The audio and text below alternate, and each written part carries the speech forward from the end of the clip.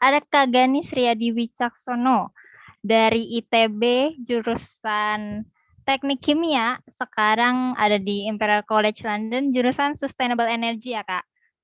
Betul, Sustainable Energy Future. Oke, gimana kabarnya Kak Ganis? Baik? Kalau misalkan secara fisik sih, alhamdulillah baik banget. Tapi kalau misalkan secara mental agak capek juga sih kuliah. Cuman seru, Nah, keserunya kenapa nanti kita bahas lagi nih, bentar. Oke, boleh Next. perkenalan lebih lanjut dulu Kak ke teman-teman Transformers. Oke, boleh. Halo teman-teman yang lagi ada di sini. Perkenalkan, nama saya Geni Siredi Wicaksono. Saya lulusan bachelor dari ITB, jurusan Teknik Kimia, angkatan 2008, lulus 2012, jadi udah agak lama banget. Terus dari 2013 awal, di bulan Januari sampai September 2022 tahun lalu saya bekerja, pindah-pindah kerjanya, tapi yang terakhir itu sebagai production engineer di Star Energy Geothermal untuk lapangan derajat.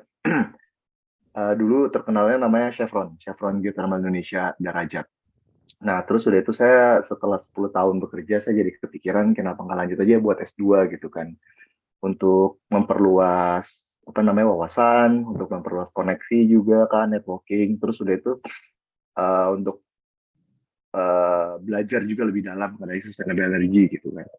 Nah, akhirnya saya memutuskan untuk untuk belajar di Imperial College London, jurusan Sustainable Energy Future Sedap gitu. banget. Oke, intermezzo dikit dong Kak Ganis, kenapa anak ITB itu mukanya muram semua ya kalau keluar? Bukan lebih lebih ke bukan muram sih, kalau misalkan apa mangga muka saya lagi muram apa gimana nih? Enggak, aku pernah nongkrong depan ITB kan di Ah, Alpha Express. Terus banyak anak hmm. ITB nih baru keluar. Kok mukanya Nah, muram semua ya? nah Pasti tuh itu nggak ada yang iya. bawa tote bag, pasti pakainya ratas ransel semua. Itu kenapa Kak Ganis? Sebenarnya kami itu pengen banget bawa tote bag apa segala macam, tapi nggak bisa. Kalau tote bag itu kan kurang besar untuk membawa buku, ya kan. Jadi kami itu bukunya dulu di ITB itu banyak banget buku bacaannya, dan juga itu di jurusan saya sih, dan juga tuntutannya juga luar biasa gitu kan di jurusan saya dulu, teknik kimia itu. Jadi kalau misalkan melihat muka-muka yang lagi moram itu kemungkinan besar satu, habis ujian terus ujiannya ngerasa jelek gitu kan. Nah, terus yang kedua bisa jadi emang pas lagi capek aja gitu, banyak acara himpunan, bisa kayak gitu sih. Tapi Luar lebih biasa. lebih lebih ke ini sih, lebih ke ujian aja. Biasanya kayak gitu anak tekniknya di ITB itu. Bener ya, karena Institut Teknologi beneran teknologi dan sangat keras ya anak Aduh, teknik ITB ini ya. kacau. Oke Kak, sebentar ya Kak, aku Hmm, submit dulu yang masuk. Halo, halo yang boleh baru boleh boleh. datang. Oke, kita lanjut ke pertanyaan Hmm, pertama. Kayak mau ini ya, boleh. kuis-kuis milioner. Oke, kita bahas dulu tentang studi and scholarship-nya nih. Pertama, Hmm. boleh introduction sedikit dong Kak, beasiswa yang Kakak ambil, program atau majornya apa sekarang? Oke, kawan-kawan. Jadi saya kuliah di Imperial College London, jurusan Sustainable Energy Future, dan saya tidak bayar sepeser pun alias gratis karena saya ada sponsor dari beasiswa. Nah, beasiswanya apa? Jadi saya kemarin alhamdulillah dapat dua beasiswa. Yang pertama itu beasiswa Chevening, dan yang kedua dapat dari beasiswa kantor, karena kantor mau membiayai, tapi lucunya lagi, dua-duanya ini tidak mau saling tumpang tindih gitu. Jadi yang kantor itu nggak mau kalau misalkan ada beasiswa lain, Chevening juga sama, nggak mau kalau ada beasiswa lain. Jadi sempat saya agak bingung juga, pusing, gimana harus ngambil yang mana. Uh, jadi saya kayak list gitu, pros and cons-nya itu apa dari dua beasiswa ini. Itu saya akhirnya diskusi sama Mbak Deva yang dari Transformi ya kan. Akhirnya saya mengambil keputusan untuk ngambil beasiswa kantor karena ada beberapa keputusan, maksudnya ada beberapa uh, faktor gitu yang menyebabkan kenapa saya harus ngambil beasiswa kantor, dan sedihnya memang saya harus melepas beasiswa chevening.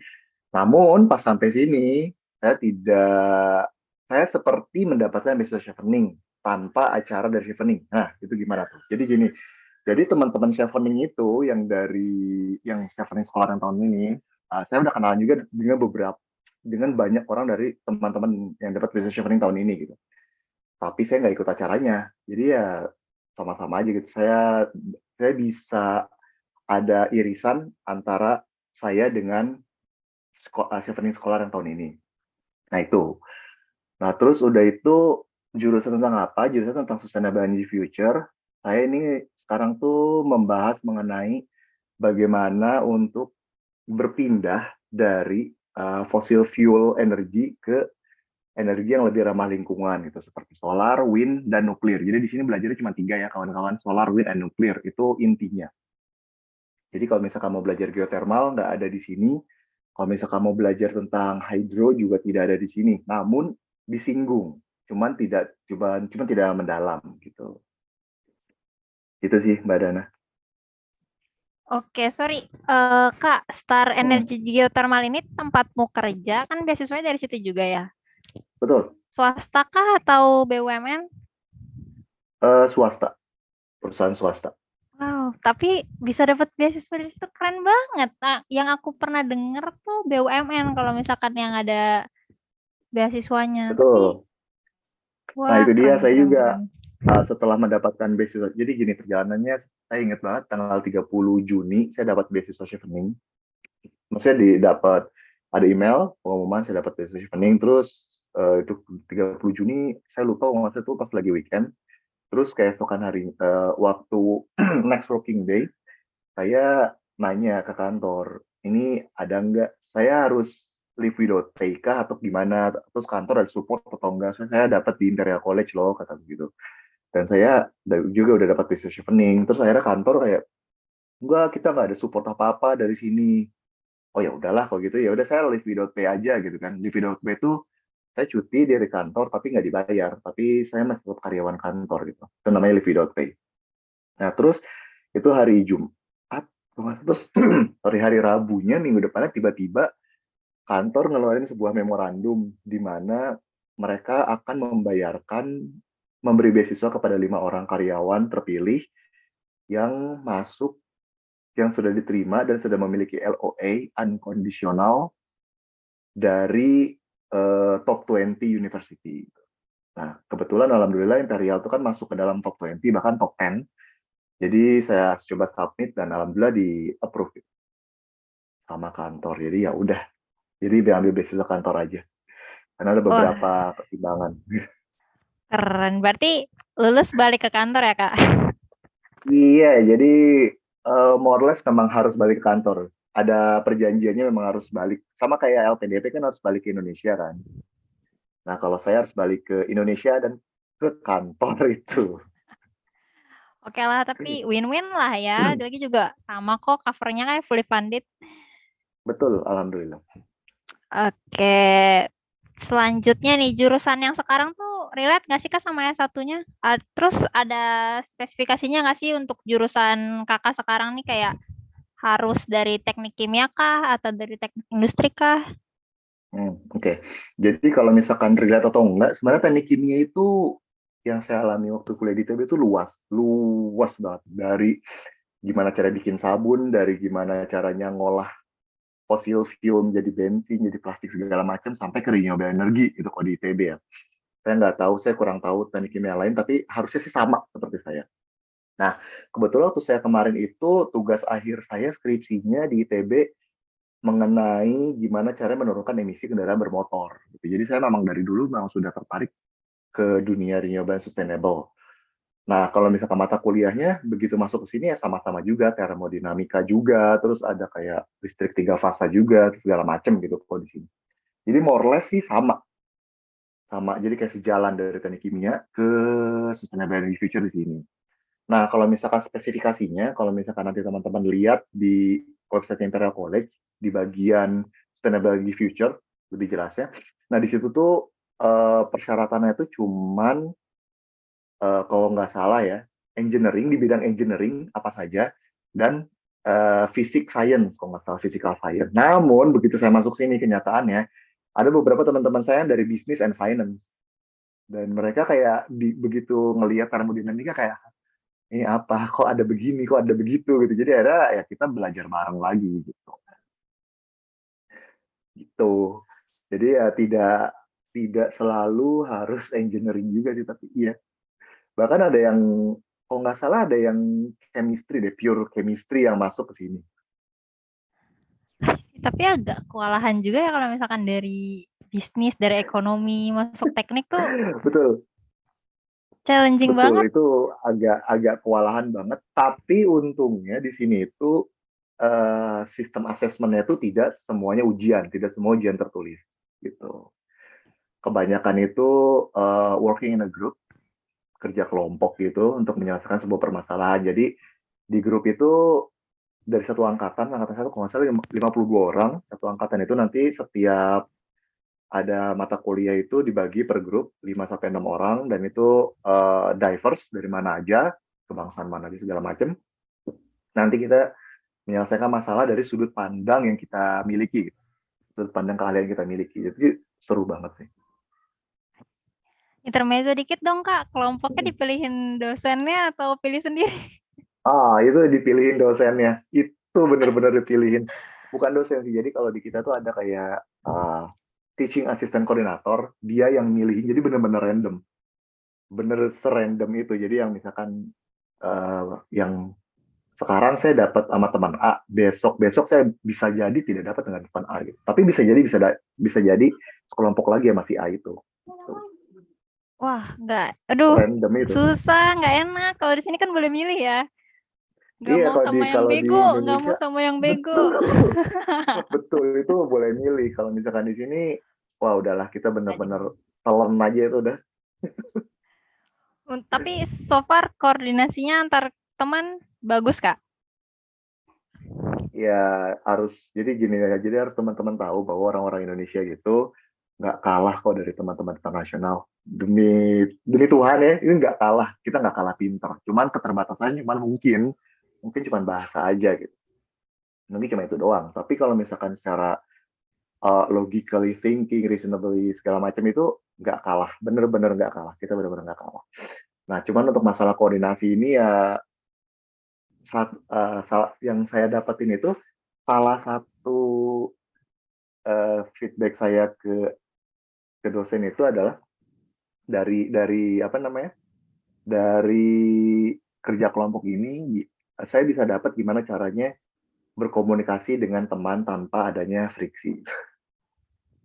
Gimana? Jadi kita belajar lagi, benar-benar belajar lagi. Itu agak sulit tapi itu challenging tapi seru. Kalau mungkin Ya, kalau dari kita aku dapat challenge-nya tuh aksennya nggak sih Kak? Karena kan tiap negara kadang aksen bicara mereka beda, jadi pas pakai ya bahasa Inggris tuh jadi agak susah dimengerti. Kalau Kakak ada betul. miss-miss komunikasi kayak gitu juga? Sering ada miskomunikasi karena masalah aksen segala macam. Cuman kan kita bisa nanya, sorry come again, what do you mean gitu kayak gitu. Jadi kita bisa ya komunikasinya di situ. Jadi Oke, gimana caranya supaya tidak miskomunikasi. Salah satu yang saya belajar tuh di situ. nice. Oke. Selanjutnya nih Kak, so far udah berapa lama sih Kak di Imperial College sampai bulan ini? Saya dari Imperial College itu masuk 1 Oktober. Jadi awal Oktober banget itu udah masuk. Jadi berapa Oktober, November, Desember, Januari, Februari, Maret, 4 bulan. 4 bulan, 5 bulan ya. Iya, udah mau bulan kelima ini. Bener-bener challenging, capek, cuman nggak berasa. Tiba-tiba kayak, udah bulan Februari aja. Wah, sebentar lagi gue pulang. Wah, nggak mau pulang nih. Ada lah kayak gitu. Ada hal menarik nggak nih Kak selama kuliah di Imperial College? Hal menariknya apa nih? Misalkan dari selain kuliah bagaimana? Selain kuliah, kita mau lihat sisi sisi lain, sisi gelap dan sisi terang. Kalau sisi gelapnya, ini saya tidak sugar coating, kuliah di sini capek. Bener-bener capek banget. Nguras eh, mental, nguras energi, nguras, nguras semuanya lah pokoknya. Cuman serunya saya tidak sendirian di sini. Jadi yang merasakan itu tuh semuanya gitu. Jadi kita kita tuh kayak seangkatan kayak yuk kita we are in this together, kita bisa kok gitu. Jadi kami sama-sama menguatkan gitu kalau di Imperial College. Nah, itu satu. Terus yang kedua itu di sini tuh kuliahnya sangat diverse. Bener-bener yang tiba-tiba kayak, oh saya dari Kenya, saya dari Jordan, saya dari Yemen gitu, yang negara-negara yang saya cuma pernah baca di map itu, cuma nggak pernah ketemu orang kayak gimana, dan tidak tahu aksen bicara gimana, dan tidak tahu bahasa asli itu seperti apa gitu. Nah, ketemu juga nih di Imperial, dan kita jadi temen sekarang, jadi sahabat, dan itu seru banget. Tuh, terus yang seru kalau misalkan teman-teman punya fokus di bidang entrepreneurship, di sini tuh bener-bener dibantu banget. Jadi seingat saya, kalau saya nggak salah inget ya, Imperial tuh kayak punya apa namanya tuh, inkubator bisnis sendiri gitu di sini. Jadi apalagi di bidang green and renewable energy dan renewable waste segala macam, itu pasti dibantu di sini. Itu sih serunya. Dia support UMKM berarti, Kak? Iya, kalau nggak salah tahun lalu ada yang dari Indonesia, kalau nggak salah Mbak Sally ya, itu dia bisnis, saya lupa bisnisnya apa, kalau nggak salah dia nama perusahaan Bano atau apalah. Nah, dia disupport juga sih dari sini. Gimana caranya buat mengembangkan bisnis itu. Iya, soalnya Seru. tahun lalu kayaknya aku lupa bulan apa lagi rame yang kuliah di luar negeri tapi jualan Hmm, ayam geprek. menarik tuh. Terus lama-lama makin gede disupport akhirnya sama sama uninya. Sama kampusnya. Iya, ya ada aja sih kayak gitu, karena kalau kalau di sini tuh bener-bener saling menghargai ide, terus kampus itu bener-bener support kita banget itu. Bener-bener ada yang beda dari Indonesia dan dari luar negeri, apalagi UK yang karena saya kuliah di sini, yang mereka tuh bener-bener support banget, sesupport itu. Nice. Covid. Emang yang penting tuh mau sesusah apapun ada teman ya, Kak. Iya betul, sesusah apapun, karena pasti teman-teman di sini kan pada mau gitu ya kuliah di luar negeri.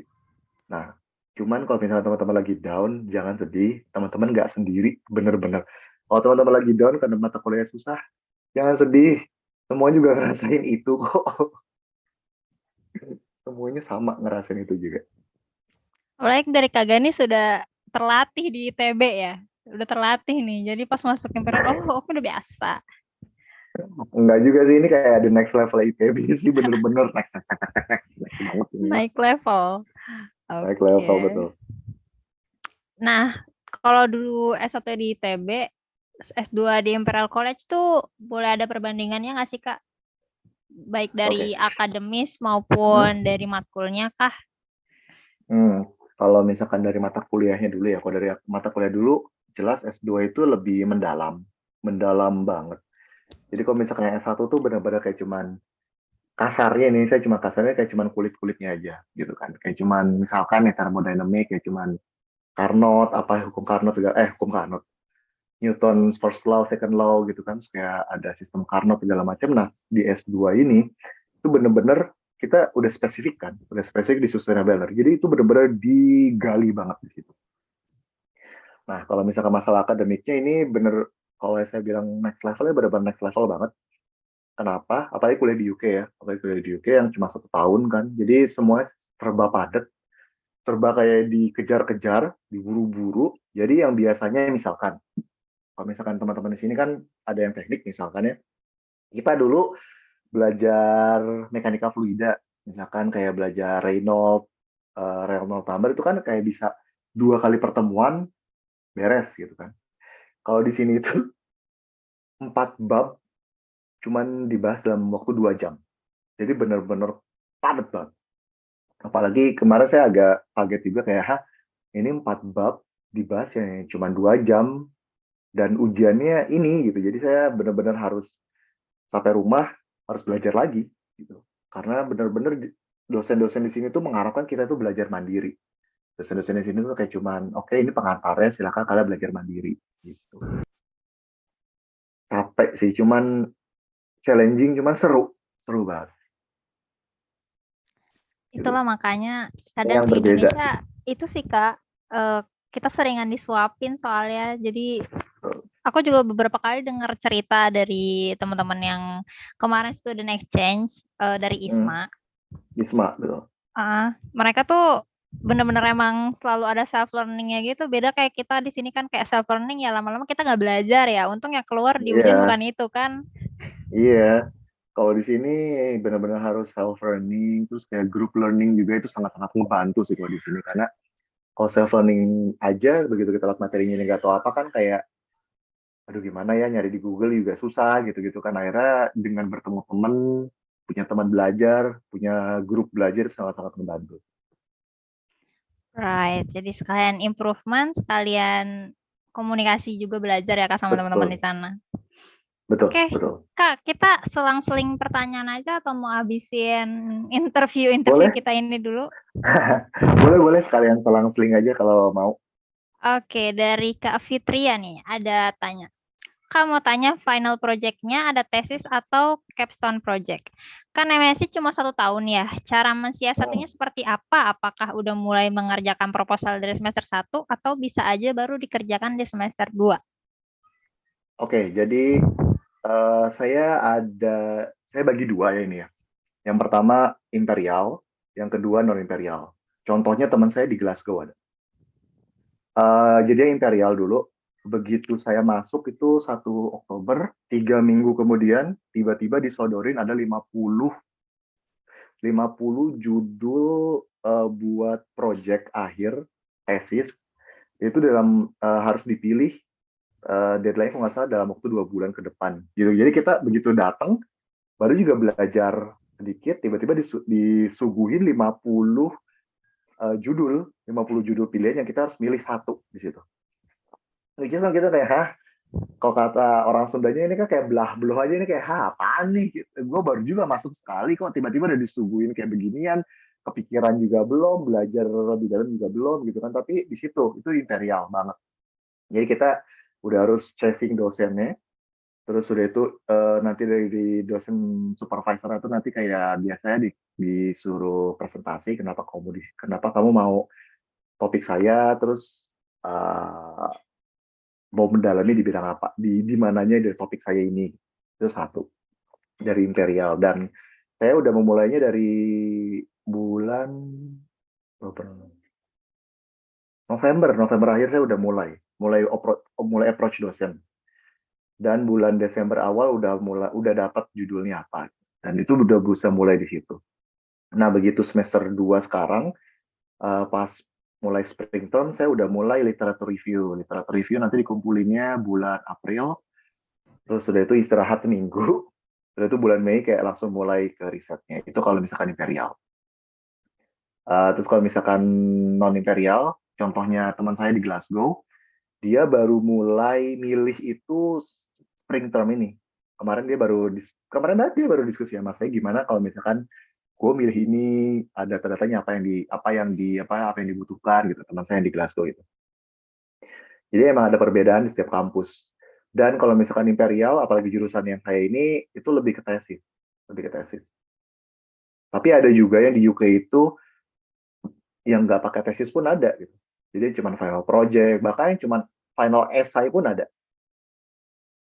Jadi kalau misalnya teman-teman mau milih kuliah di UK, pastiin lagi teman-teman itu maunya tuh final project atau tesis, atau cuma sekedar essay, tidak ada tesis, ada kelas segala macam.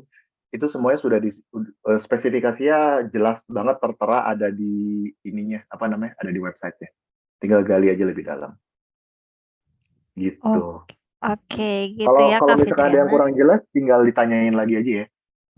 Oke, kebetulan Kak Fitriana tiba-tiba live, jadi kayaknya Oh sinyalnya kali ya. Nanti dia mungkin uh, bakalan lihat recordingnya ya. Tapi kalau nyiapinnya baru sebulan ya Kak di iya London udah memang nyari ini, nyari judul nih. Kita semester 1, skripsinya baru semester 8. iya itu dia di sini karena cuma 1 tahun sih ya di UK itu jadi benar-benar walah gitu deh semuanya serba Walah, cepat 5W. Walah, walah, walah, walah. walah walah walah walah hehehe satu H. Oke. Oke, kita ke next question ya, Kak. Boleh Dari boleh. Kak Suci Marina. Hai Kak, mau tanya. Tadi Kakak bilang ada mahasiswa yang background finance atau bisnis. Boleh tahu Kak alasan mereka ambil jurusan ini kenapa ya? Apakah background mereka ngebantu dalam perkuliahan? Kemudian nanya juga, kakak tahukah jurusan Sustainable Development? Apakah itu mirip-mirip ya kak dengan jurusan kakak di Imperial ini? Terima kasih kak. Silakan kak Oke, Ganis. jadi saya jawab dulu pertanyaan yang pertama, apakah yang bisnis dan finance itu. Jadi background dia itu business and finance. Kalau nggak salah, seingat saya itu di Cambridge. Terus itu dia kerja dulu beberapa lama. Itu dia mau memutuskan untuk menekuni bidang renewable and sustainable. Jadi dia masuk sini. Nah memang kalau misalkan saya lihat sih dia dari mimik mukanya sih nggak ada kewalahan ya karena dia kayaknya udah memang pinter banget. Satunya aja Cambridge gitu kan. Nah, terus udah itu begitu saya tanya ada keuntungannya nggak? Oh ada kata dia itu. Yang paling untung itu saya bisa tahu dari financial business dari sisi teknikalnya. Jadi dia punya dua pengetahuan. Yang pertama dia punya financial and business knowledge, terus yang kedua dia punya pengetahuan di bidang teknikalnya nih sekarang di sini. Gitu. Jadi harapan dia itu nanti ke depannya dia kasarnya banget nih. Nanti dia nggak dibego-begoin lah sama orang teknikal gitu. Kan biasanya kalau misalkan di Indonesia kan orang teknikal biasanya kayak suka suka ngadi-ngadi gitu kan, bikin project apa segala macam gitu, terus kayak finansialnya kok kayak gini gitu. Jadi dengan dia memiliki dua pengetahuan di bidang yang berbeda, jadi dia bisa tahu, bisa men-screening mana yang ngaco, mana yang enggak, gitu dibilang kayak gitu. Nah terus, sorry pertanyaan kedua apa tadi? Wait, aku bacain. Eh, kakak tahu nggak jurusan Sustainable Development? Apakah mirip-mirip dengan jurusan kakak ini di Imperial College? Oke, kalau saya sih nggak, saya tahu sustainable development tapi tidak mentahu lebih dalam gitu ya. Jadi karena saya takut salah jawab, jadi saya bilang nggak tahu gitu. Tapi yang pasti di sini tuh ini sustainable energy future tuh lebih ke technical, jadi kayak ke socio-technical analysis, socio-technical ekonomi analisis kalau di sini ya. Oke, semoga menjawab Kak Suci. Kalau misalkan Hmm. masih bingung, boleh tanya lagi ya Kak Ganis ya. Ya, ya boleh boleh banget. Oke, kita lanjut Q&A dulu ya Kak. Nanti kita baru Hmm, balik ke interview-interview kita. Oke.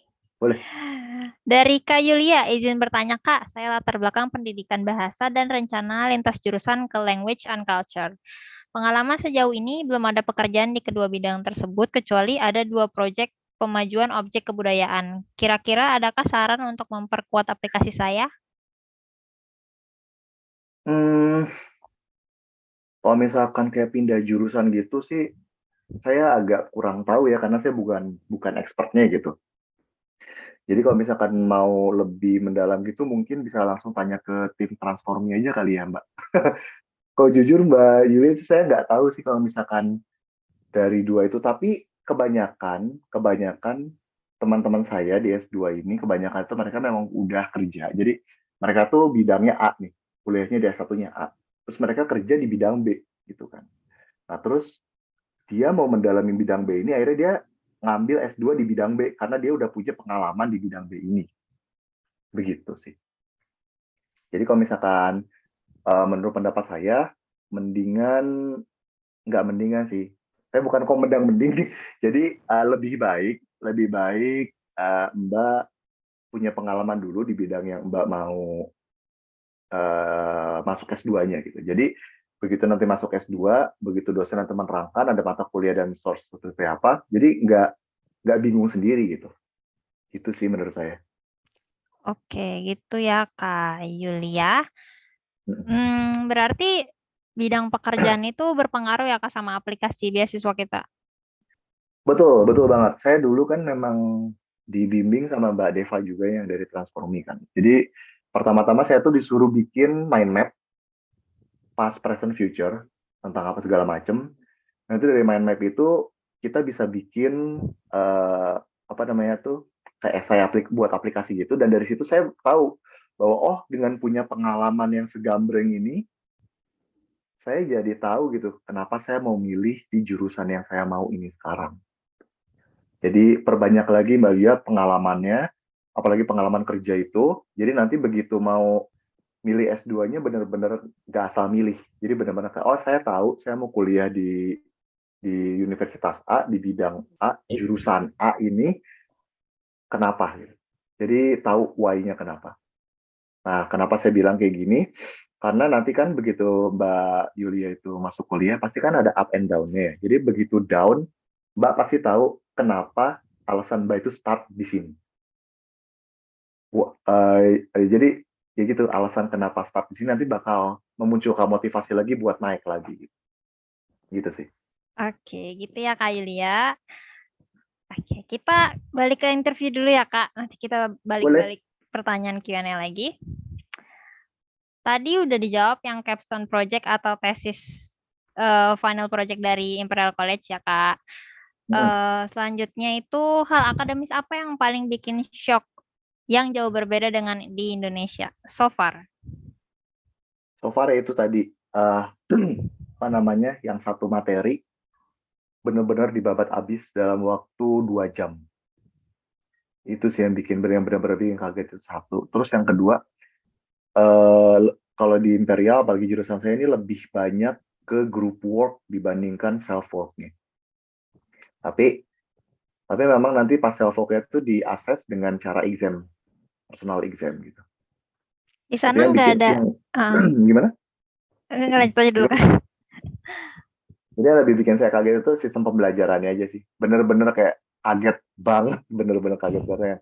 Ah, udah beres nih. Jadi waktu saya ingat banget waktu termodinamika pertama kali masuk kelas, oh termodinamika, oke, oh ya udah sama terus kayak, wah ini saya rasanya ini ada yang belum jelas nih bang. Ah paling besok dibahas lagi gitu. Begitu besok masuk materinya udah beda dan dosennya udah kayak ada yang mau ditanyakan tentang materi kemarin, oke nggak ada, kita lanjut ya ke bab selanjutnya. Jadi kita kayak, hah, kayak gini belajar. Jadi agak ketar-ketir di awal sih, gitu. Tapi Kak itu satu materi habis 2 jam tuh emang beneran dihabisin sampai mahasiswa-mahasiswanya overwhelm atau semampunya aja, semampu dosennya aja, terus sisanya self learning. Jadi dosennya kayak ada sekitar, biasanya sih rata-rata di atas 50 slide dihabiskan dalam waktu 2 jam. Terus kayak ya mahasiswa mau ya ada pertanyaan apa enggak? Kalau ada pertanyaan saya langsung tanya aja gitu. Udah gitu. Jadi saya juga kayak awal-awal masuk kayak kayak gini kuliahnya itu benar-benar bikin mental breakdown sih. Kaget, benar-benar kaget. Ini the real malu bertanya sesat di jalan ya, Betul, ini teman-teman. malu bertanya nggak bisa jawab di exam gitu. Berarti so far apa yang dijelasin dosen tuh yang keluar ya Kak di exam? Iya, apa yang dijelasin di sama dosen itu keluar di exam dan biasanya sebelum mendekati waktu exam, biasanya dosen tuh ada ngeluarin pas exam paper. Jadi kayak exam-examnya beberapa 3 tahun ke belakang biasanya itu dikeluarin. Oh contohnya ya soal saya nggak jauh beda dari situ. Cuman ada juga sih kemarin saya tiba-tiba jauh banget.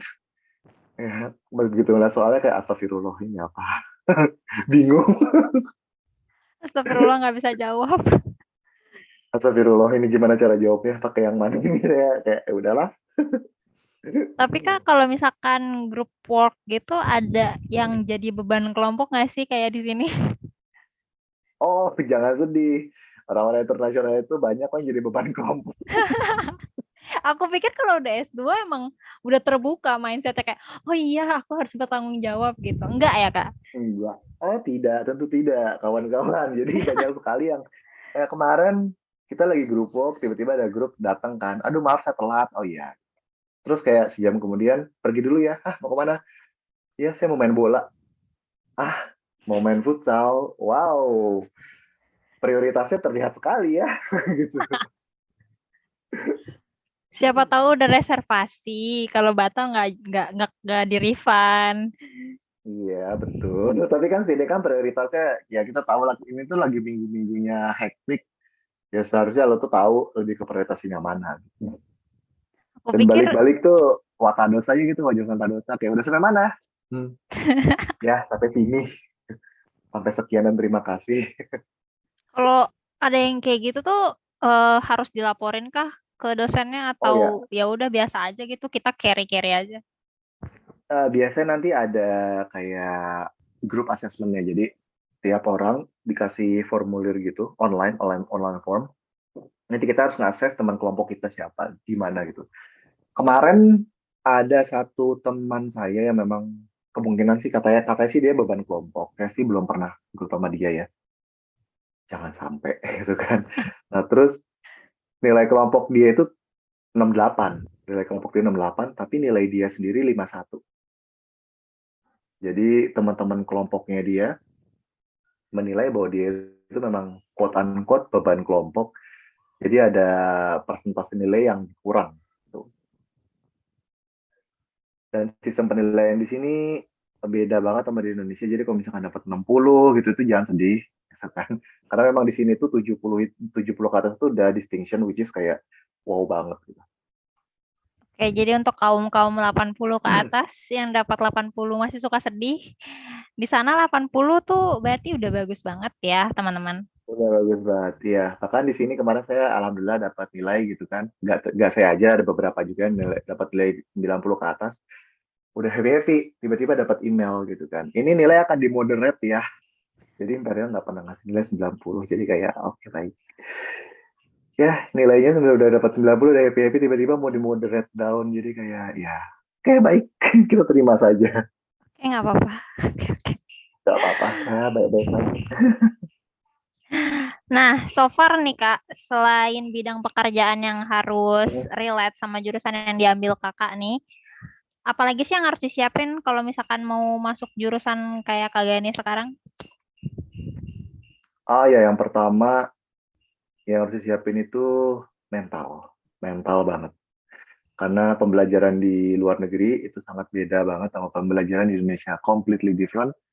Apalagi kalau misalkan teman-teman ada yang mengejar top 20 university, itu completely different. Jadi yang pertama itu mental, terus yang kedua, yang harus disiapin lagi, yang harus dibenerin lagi sih time management. Karena di Indonesia kan rata-rata S1 4 tahun gitu kan, S2-nya 2 tahun gitu. Terus ada yang mau ngejar S2 lagi ya, lebih mendalami lagi bidangnya apa gitu kan. Kalau di luar negeri, apalagi di UK kan 1 tahun, itu sistem pembelajarannya completely different. Jadi itu harus disiapin lagi tuh dua itu. Pertama mental, kedua time management gitu. Jangan lupa main dan jangan lupa ibadah. Oke. Mm-mm. Oke, kita balik ke Q&A ya, Kak. Karena udah Boleh, boleh. ada lagi nih yang nanya, Mm-mm. Kak, exam di Imperial itu banyak yang hafalan atau esai analisis. Terus dengar-dengar di UK tuh dapat nilai 70 susah banget, itu gimana?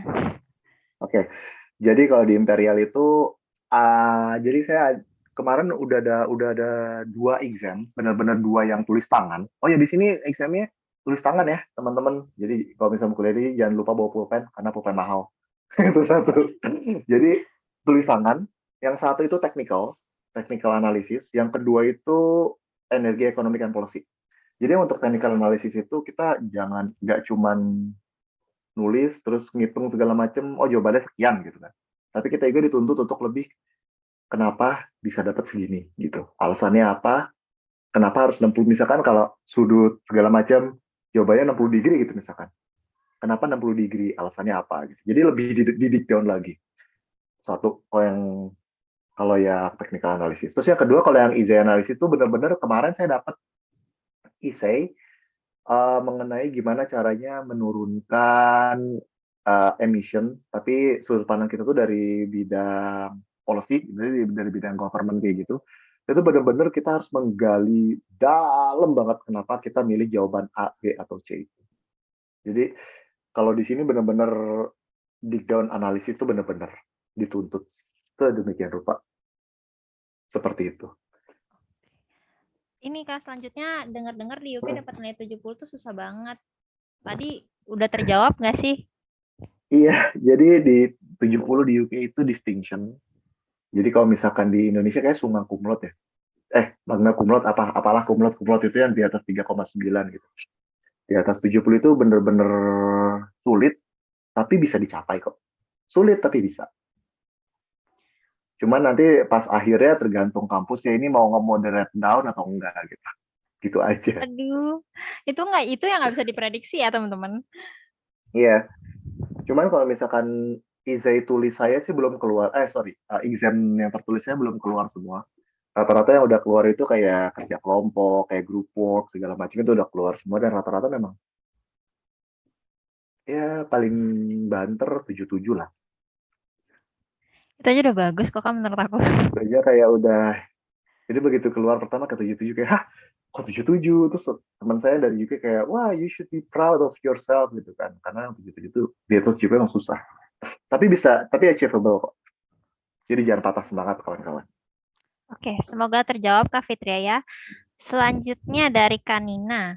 Orang Indonesia itu kan kadang formal esainya tidak sebagus dari negeri lain ya. Apakah tidak ada hambatan buat tugas esai di sana dalam hal ratingnya, Kak? Silakan Kak Ganis. Kalau misalkan saya kemarin emang agak susah juga sih, karena memang betul kata Kanina tidak sebaik orang luar negeri, tapi nanti kalau misalkan saya biasanya kemarin itu di Imperial ya, di Imperial di Sustainable Energy. Jadi biasanya kita itu awalnya disuruh ngasih kerangka berpikir kita mau kayak gimana. Misalkan kayak A, B, C, D, E, F, G, kita mau ngebahas A, terus kita mau ngebahas B, terus ngebahas C, segala macem. Nanti kita submit ke dosennya. Terus dari itu dalam waktu maksimal 1 minggu dosennya akan ngasih feedback. Harusnya kamu lebih mendalam di bidang ini nggak usah, ini nggak usah, ini harus, ini harus. Nanti dikasih feedback dari dosennya. Udah itu nanti kita baru develop SI kita. Jadi tenang aja kan Nina, nanti akan ada feedback biasanya ya. Tapi kalau dari kampus-kampus yang lain saya kurang tahu sih. Dari UCL gitu yang kebanyakan SI itu saya kurang tahu. Semoga terjawab ya Kak Nina. Jadi nggak perlu takut karena skill itu juga berdasarkan pengalaman juga. Jadi semakin banyak nulis, Betul, semakin kita bisa bikin esai yang betul bagus. banget, betul banget, betul banget. Oke. Selanjutnya dari Katia. Mau tanya Kak, menurut Kakak hal-hal apa aja yang harus diperhitungkan untuk memilih master degree by coursework atau research? Nah ini balik lagi ke teman-teman semua, lebih senang di riset kah atau lebih senang di tout proses, apa maksudnya di bidang, kan di UK ada dua ya, ada riset sama tout postgraduate. Jadi lebih senang di mana nih? Lebih senang ngulik-ngulik riset atau lebih senang ngulik-ngulik rumus dan esai gitu aja. Dan juga jadi jangan salah pilih kalau misalkan teman-teman ternyata uh, passionnya itu di riset tapi teman-teman ternyata milihnya itu thoughtwork, itu nanti akan struggle ke depannya gitu. Jadi lebih lebih digali lagi sebenarnya teman-teman tuh lebih suka di mana, kemampuannya di mana, sejauh apa gitu. Dan mau mendalami ini karena apa. Karena nanti balik lagi ke statement saya sebelumnya, kuliah di luar negeri itu pasti ada up and down-nya. Nanti pas down, ingat aja teman-teman kenapa ya teman-teman mau memulai ini semua. Nanti pasti akan naik lagi. Jadi jangan sampai salah niatnya. Jangan sampai salah kayak misalkan udah kerja nih. Kebanyakan pasti kayak gini. Gue udah kerja, bosen nih kerja. Udahlah, gue kabur S2 aja lah. Gitu kan. Teman-teman S2, terus ternyata pas lagi down, teman-teman itu memulai itu karena mau kabur aja gitu dari realita kantor gitu. Nah itu layaknya lagi susah. Itu sih. Dan itu banyak terjadi. Jujur aja itu banyak terjadi. Yang penting karena niat ya guys. Ntar mulus jalannya kayak Kak Ganis. Dapat chevening tapi ditawarin Aduh, beasiswa kantor. Kapan lagi kantor swasta ngeluarin beasiswa? Biasa BUMN. agak ya saya sebenarnya nggak mulus-mulus juga sih jalan ke sini, ada struggle-nya tapi ya alhamdulillah bisa gitu. Alhamdulillah. Alhamdulillah bisa. Oke, berarti karena kita dari tadi udah ngomongin studi sama beasiswanya, boleh sedikit share dong Kak, some tricks atau hacks supaya bisa diterima di Imperial College dan selamat sampai akhir perkuliahan. Kalau misalkan tip and triknya, kok nggak, jadi gini, kalau Imperial itu kan kebanyakan itu nggak Imperial aja sih, kebanyakan kampus-kampus yang lain juga yang di UK, yang di US itu kan pasti ada personal statement dan esai kenapa mau kuliah di sini gitu kan. Nah jadi teman-teman nanti pasti buat esai itu. Nah pastiin aja teman-teman itu punya mentor, dan selain mentor teman-teman juga punya teman lagi yang mau proofread si esai dan personal statement teman-teman gitu. Karena saya alhamdulillah saya punya punya mentor juga, Mas Nindyo nih yang minggu depan mau mau ada esai tentang AS ya. Nah itu Iya, mentor saya dulu. Terus saya juga punya temen yang sudah postgrad, yang udah lulus postgrad di Perth. Dia mau banget proofread esaiku. Jadi jadi saya punya 2 orang yang mau nge-proofread esai gue, esai saya gitu. Itu satu, jadi punya temen yang mau nge-proofread, yang kedua punya mentor. Itu benar-benar helping banget. buat masuk ke kampus yang teman-teman mau. Itu buat masalah SI dan personal statement. Terus yang kedua, untuk masalah IELTS itu saya juga bingung ya ngomongnya gimana. Ya udah teman-teman belajar aja IELTS itu. Terus kalau masalah IELTS, GRE, GMAT kayak gitu-gitu, itu teman-teman itu harus belajar sendiri sih kalau itu. Itu yang kedua. Terus yang ketiga, gimana cara supaya survive? Saya sih masih struggle, masih terseok-seok di Imperial. Karena tapi enaknya kemarin itu semester satu tuh bener-bener yang jadi saya tuh ada 10 mata kuliah. 5 mata kuliah itu ada di autumn term, 5 lagi di spring term. Nah, 5 mata kuliah ini bener-bener yang kayak keroyokan, yang Senin Senin A, Selasa B, C, kayak gitu-gitu lah pokoknya. Terus tugasnya tuh saling overlap, bener-bener yang kayak saya pernah, kalau nggak salah tuh Desember awal, itu ada tiga project yang harus saya kerjakan sekaligus, dan dia overlap di satu waktu. Itu bener-bener capek, bener-bener capek banget. Nah, terus saya bilang ke perwakilan angkatan di kelas, perwakilan kelas, terus kelas itu ngomong nanti ke bagian akademiknya, karena kita sangat overlap. Nah, terus yang sekarang, alhamdulillah, 5 mata kuliah ini nggak overlap, jadi 2 minggu. Jadi 2 minggu mata kuliah A, ada tugas besar ya, beres. Nah, terus minggu depannya mata kuliah B, beres tugasnya, beres. Terus minggu ketiga mata kuliah C, kayak gitu-gitu. Gitu sih. Jadi Jadi, boleh negosiasi hmm, gitu ya, Kak, untuk jam perkuliahannya. kalau bukan negosiasi sih lebih tepatnya, tapi ngasih feedback ke bagian akademiknya. Oh, dan itu diterima ya? Alhamdulillah sih yang sekarang diterima sih.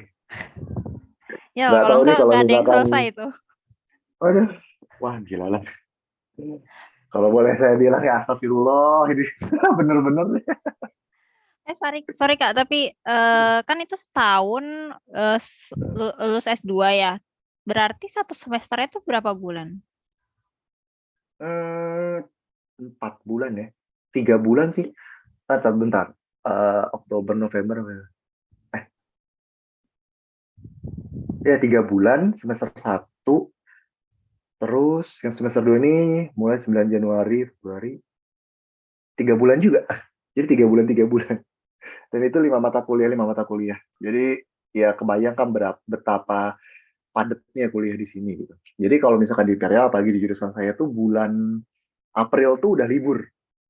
Jadi akhir perkuliahan itu 24 Maret. Setelah itu libur, Easter break, kalau nggak salah sebulan. Terus udah itu tanggal 2-nya, 2 Mei itu ada satu exam, kalau yang saya. Terus udah itu ada field trip. Nah, setelah itu enaknya langsung tesis. Jadi benar-benar tesis itu 3 bulan. Nah, kalau Ais. misalkan di kampus lain itu berbeda banget.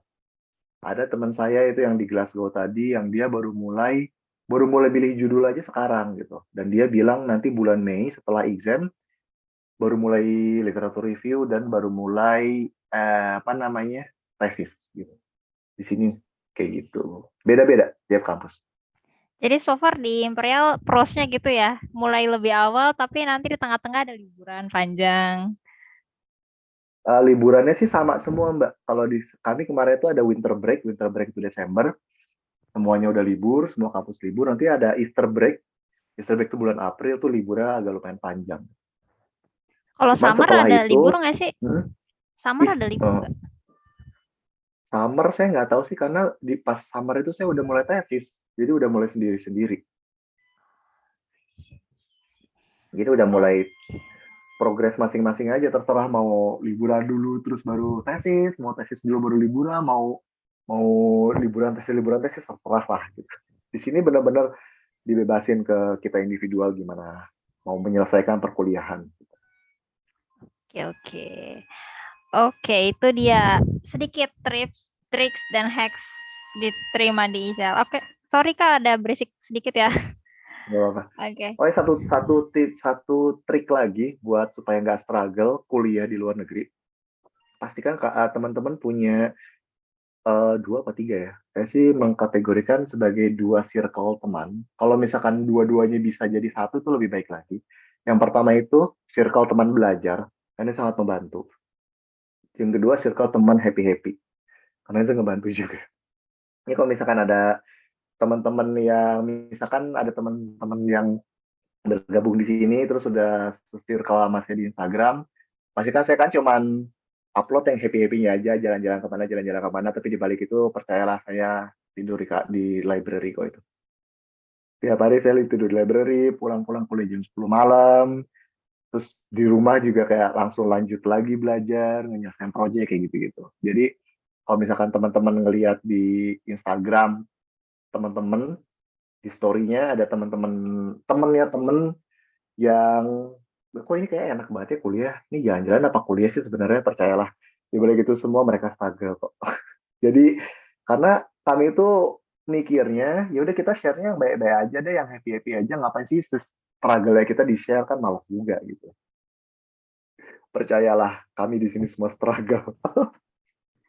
Yang penting kelihatannya happy ya, kayak Ya yang kelihatannya titelnya happy tuh, jadi kita, ih kuliah di luar negeri enak, jalan-jalan mm-mm, gitu. mm-mm. Nanti begitu teman-teman masuk kayak surprise surprise. Tidak seperti itu. Oke nih Kak, kan sempat dapat chevening juga. Ada tips gak buat teman-teman yang mau apply chevening tahun ini? Chevening tahun ini, oh oke, yang chevening tahun 2023 ya, karena yang 2022 kan udah dikirimin kok nggak salah kemarin tanggal 14 Februari ini ya, undangan interviewnya. Jadi yang buat tahun ini, pastikan aja teman-teman lihat lagi. Jadi chevening itu kan ada 3 esai ya, 3 apa 4 ya, saya sampai lupa, 3 apa 4 esai gitu. Mengapa mau kuliah di UK, tentang kepemimpinan, terus tentang pengalaman kerja sama organisasi sama apa saya lupa, saya benar-benar lupa. Jadi teman-teman mulai dari sekarang bikin mind map-nya mengenai 4 itu, kenapa mau kuliah di sini segala macam, mulai disiapin dari sekarang. Setelah itu mulai nyari alumni-alumni Chevening yang mau proofread dan mau ngebimbing teman-teman dalam bikin esai dan dalam interview nanti gitu sih. Karena alhamdulillah kemarin saya dibimbingnya sama Mas Nindyo sih. Itu buat proofread esai dan buat develop esai saya biar jadi lebih baik lagi. Terus begitu interview, saya juga dibimbingnya sama Mbak Deva dari Transformi, dan juga saya ada temen juga yang ngebimbing gimana caranya interview. Jadi pertama siapin siapin amunisinya berupa kenapa teman-teman mau kuliah di luar negeri, kuliah di UK, apalagi kan chevening itu. Terus yang kedua, terus bikin mind map-nya. Terus yang kedua, pastikan teman-teman punya mentor. Ini benar-benar ngebantu banget.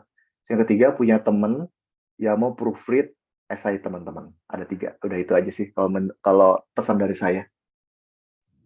Oke, thank you Kak tipsnya. Kalau misalkan Oke, ada yang kurang jelas, silakan ditanya-tanya lagi. udah mau habis sebentar lagi sesi kita, kita lanjut ke work related and future plan.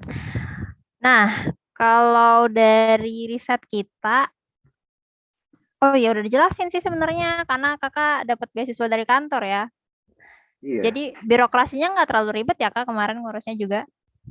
Kalau kemarin dari kantor sih nggak terlalu ribet. Yang agak tarik ulur tuh dari chevening-nya. Karena dari chevening tuh kayak, saya sampai ditelepon dari embassy, kayak udah dapat kah email dari kita? Iya bu, sudah dulu sama Ibu Rowena. Wah itu ibu baik banget. Sekarang udah pensiun by the way. Nah Ibu Rowena tuh nanya ini, kok belum dibalas email saya? Jadi Mas jadikan ambil chevening ini kan ya, jadikan. Dia sampai bilang kayak gitu. Saya kayak bilang kayak about that bu, saya ada sedikit masalah nih di sini. Kenapa? Jadi saya cerita, saya ada 2 dari kantor sama dari chevening segala macam. Nah, itu, wah kok kayak gitu caranya, sebentar ya nanti saya telepon lagi. Terus nggak berapa lama kemudian dari chevening telepon, Mas sebenarnya dari chevening itu eh, nggak boleh 2 beasiswa secara bersamaan. Nah terus ini kata Bu Rowenanya. Terus kalau misalkan, tapi gini deh, saya udah ngomong sama uh, cheveningnya, Mas, coba tanya ke kantor. Apakah kantor mau ngebiayain, jadi parsial-parsial aja deh sekarang dari Chevening. Chevening ngebiayain Mas full tuition fee. Terus Mas coba tanya ke kantor, apakah kantor mau ngebiayain living cost allowance-nya. Nah, terus saya tanya ke kantor, Bu, saya ditawarin Chevening kayak gini, gini, gini. Kalau dari kantor gimana ya? Oh, kalau dari kantor nggak mau, udah dari kantor take it or leave it semuanya. Jadi udah berupa book. Jadi kantor mau ngebiayain tuition fee, mau ngebiayain living allowance juga. Dan kita nggak mau ada dua beasiswa. Jadi Mas dapat dua beasiswa kayak gitu, kita nggak mau. Coba bilang ke Cheveningnya, ya udah, Mas take it or leave it nih beasiswa ini. Wah bentar Mas, saya harus diskusi dulu. Jadi saya kayak lempar diskusi jawaban antara embassy, UK embassy sama kantor juga sih. Jadi tapi dari UK embassy akhirnya kayak ya udah kok kayak gitu, gimana baiknya Mas Ganis aja gitu. Apakah mau milih Chevening atau dari apa memilih kantor. Tapi kalau misalkan dari kami, akhirnya kami mau memutuskan mau ngasih partial scholarship Chevening ke Mas Gani gitu. Tapi akhirnya saya nggak ngambil partial scholarship dari Chevening, saya akhirnya ngambil dari kantor aja full scholarship. Ribetnya dari birokrasi di situ aja sih, kalau dari kantor. Oke, oke. Dan alhamdulillah Kantornya memang baik kalau dari banget. kantor karena karena dari kantor sendiri jadi birokrasi nggak sulit. Jadi saya tinggal ngasih LOA, LOA yang unconditional, nanti sama kantor tinggal diurusin segala macamnya dan tinggal berangkat aja. Nah, berarti Kak, kalau dari Chevening tuh sebenarnya aku lihat fleksibel ya, karena dia pun walaupun sebenarnya Kakak mau dibiayain dari kantor, dia masih nawarin yang partial scholarship gitu ya. Betul. Berarti Cuma saya nggak tahu apakah itu uh, common atau enggak ya. Cuma saya nggak tahu apakah itu common atau enggak. Karena teman-teman Chevening saya yang di sini, rata-rata mereka semua ambil full scholarship dari Chevening. berarti sebenarnya kalau Chevening itu boleh sambil bekerja nggak sih Kak? Atau nggak boleh? Oh, justru dari Chevening itu dia sangat dianjurkan untuk bekerja. Bukan apa-apa, cuman supaya kita terekspos dengan budaya UK. Gitu. Jadi Chevening itu kan lebih ngambil mahasiswa-mahasiswa yang dari luar negeri buat di quote unquote dicemplungin di akademik sini, tapi nggak cuma akademik doang, tapi gimana caranya supaya kita tuh membaur dan ngeblend dan dengan UK ini sehingga mereka tuh punya cerita bahwa hidup di UK itu seperti ini loh gitu loh.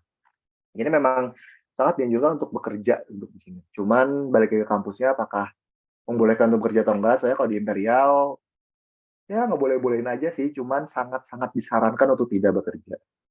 Karena load kuliahnya sangat-sangat parah banget. Nah, Gitu. balik lagi, kalau misalkan chevening itu mereka sangat-sangat menganjurkan untuk bekerja.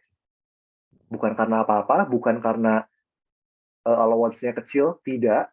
Tapi untuk mengekspos teman-teman dengan budayanya UK. Seperti itu. Karena banyak kok teman-teman saya yang chevening ya mereka juga kerja gitu di sini. Dan mereka juga dapat, selain dapat uang jajan tambahan, mereka juga dapat terekspos dengan budaya UK yang ternyata memang seru gitu, seru itu. Oke, gitu ya teman-teman. Bagi yang mau ambil Chevening tahun ini, berarti bisa sambil kerja. Siapa tahu ada yang mau jualan ayam geprek di London.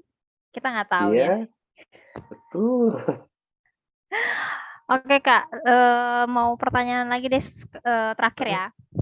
Boleh, boleh. Semisal Kakak nggak ambil beasiswa kantor dan tidak diharuskan kembali ke kantor, ada nggak sih cita-cita atau plan yang lain setelah lulus S2 ini?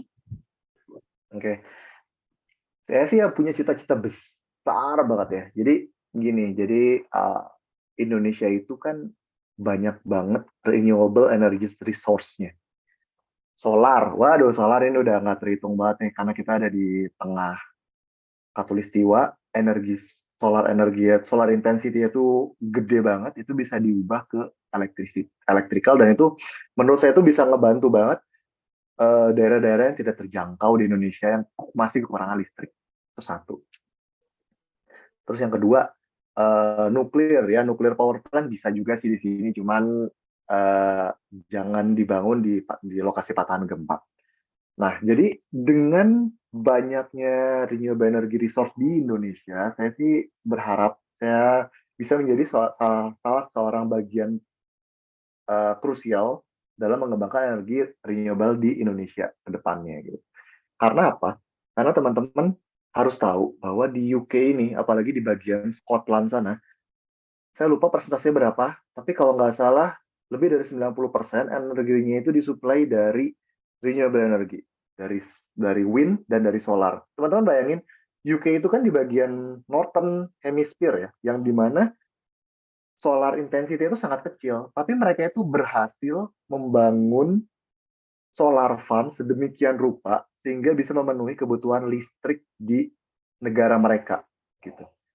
Bisa bisa ngebayangin nggak, negara dengan solar intensity-nya kecil aja bisa, kenapa dengan Indonesia dengan negara dengan solar intensity segede-gede Alaihim ini kenapa belum bisa?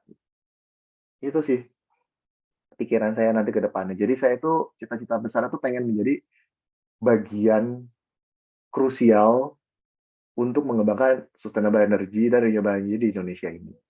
Jadi kalau misalkan uh, teman-teman nanti misalkan nanya gitu, siapa sih key personnya dari sustainable energy di Indonesia ini? Saya mau jawabannya itu saya. Saya mau jawabannya, oh itu Pak Ganis. Saya mau jawabannya seperti itu. Itu cita-cita besar saya sih. Tapi bagaimana caranya sih saya masih mikir ya, karena agak sulit juga gitu. Cuman saya maunya seperti itu cita-citanya. Jadi saya mau jadi key person dalam sustainable dan renewable Indonesia, energi di Indonesia gitu. Karena ada satu orang kantor dulu back when I was working in Chevron. Jadi ada satu orang namanya Jorge Acuna. Jadi dia tuh dibilang sebagai bapaknya geothermal gitu. Bapaknya geothermal itu dan ada satu rumus namanya Acuna equation.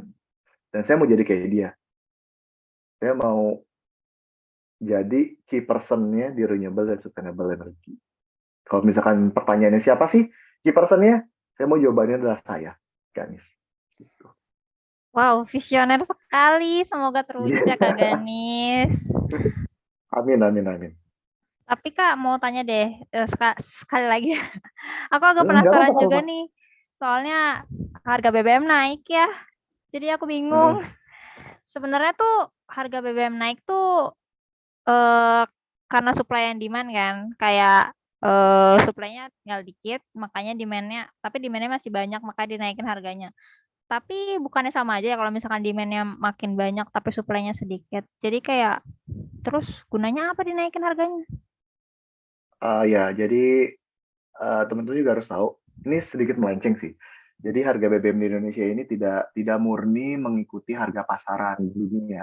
Kalau misalkan di sini di sini mengikuti harga pasaran dunia. Kalau di Indonesia tuh kita masih disubsidi sama pemerintah, ya kan? Mau itu harga pertama, saya lupa pertama sama saya udah nggak disubsidi kan. Nah, harga pertalite ya.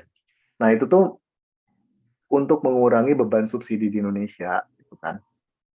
Jadi jadi teman-teman harus bayangin kalau misalkan ini ada duitnya pemerintah gitu kan di sini, terus setengahnya tuh untuk beban subsidi gitu kan. Beban subsidi yang kita buat bakar-bakar bensin di jalanan itu ya, macet-macetan itu, dan setengahnya lagi ini untuk membiayai kesehatan, pertahanan, pendidikan dan lain-lainnya dan segala macamnya gitu kan di Indonesia.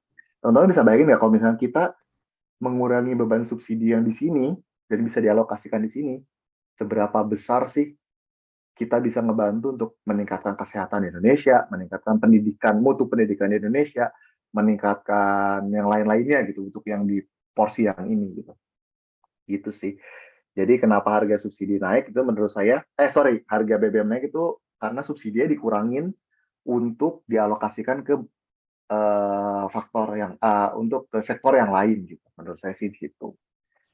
Jadi daripada kita pakai kendaraan bermotor, kenapa kita tidak pakai public transportation aja? Walaupun memang harus diakui public transportation di Indonesia memang masih agak-agak ya begitulah gitu kan. Tapi why not? Kenapa kita tidak memulainya gitu dari diri kita sendiri gitu. Thanks loh Kak insight-nya. Aku beneran marah-marah soalnya kemarin pas naik ya. Memang sih, memang itu kayak nanti kan pasti faktornya akan berimbas kepada yang lain, harga kebutuhan pokok naik apa segala macam naik, tapi yang kita tidak lihat di belakang itu adalah mungkin saja sistem kesehatan kita jauh lebih baik dengan dikurangi BBM, dengan dikurangi subsidi di BBM. Mungkin saja di bidang pendidikan lebih baik lagi kayak gitu. Dan saya sih ngerasa di bidang kesehatan udah jauh lebih baik ya kalau di Indonesia. Iya, itu yang paling mentereng kelihatannya sih. Kayak tiba-tiba kantor papaku udah nggak pakai BPJS lagi. Iya kan? Aku jadi seneng. Oke deh. Udah sejam lebih nih ternyata kita lewat 5 menit ya Kak Ganis. Thank you so much untuk hari Ya, ini, banyak banget insight baru. Teman-teman juga jadi punya kesempatan buat nanya tentang Imperial College, tentang beasiswanya yang dipakai, tentang cara kuliah dan cara survive di sana ya. Thank you banget Kak Ganis buat hari ya. ini. Ada pesan-pesan terakhir kah? Pesan-pesan terakhir bukan ya? Pesan-pesan terakhir sebelum transforman ditutup untuk teman-teman Oke. pejuang beasiswa. Oke, jadi buat teman-teman pejuang beasiswa, jangan lupa ingat kenapa teman-teman mau memulai ini semua. Jadi pastikan foundation teman-teman itu kuat. Kenapa mau cari beasiswa, kenapa mau kuliah di kampus A, kenapa mau kuliah di jurusan A. Pastikan itu kuat. Setelah itu kuat, teman-teman pastikan juga punya mentor, mentor untuk scholarship hunter. Terus pastikan teman-teman juga punya teman yang mau proofread esai teman-teman. Udah 3 itu. Kenapa 3 ini penting? Apalagi yang pertama, tadi saya selalu sampaikan bahwa kuliah itu pasti ada ups and downs-nya.